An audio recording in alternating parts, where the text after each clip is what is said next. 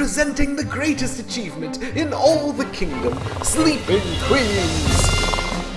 12 queens are deep in magical sleep and can only be woken by a king, and then they live happily Unless there's a sleeping potion. Unless they are put back to sleep by a sleeping potion. Yes, that makes sense. Unless there's a wand. What?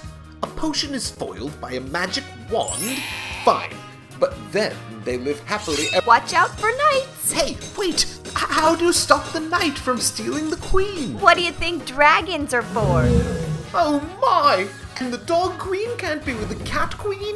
And what's the jester going to do? Eeny, meeny, miny, mo. That does it! This is the silliest, most preposterous... Who came up with this game? A 6-year-old? I sure did. Look, it's easy. The king wakes the queen, the wand stops the potion, the dragon eats the knight, and the jester tests your luck. But how do you explain all these pancakes? Sleeping Queens, a royally rousing card game for 2 to 5 players, ages 8 and up. And if the rules sound too peculiar...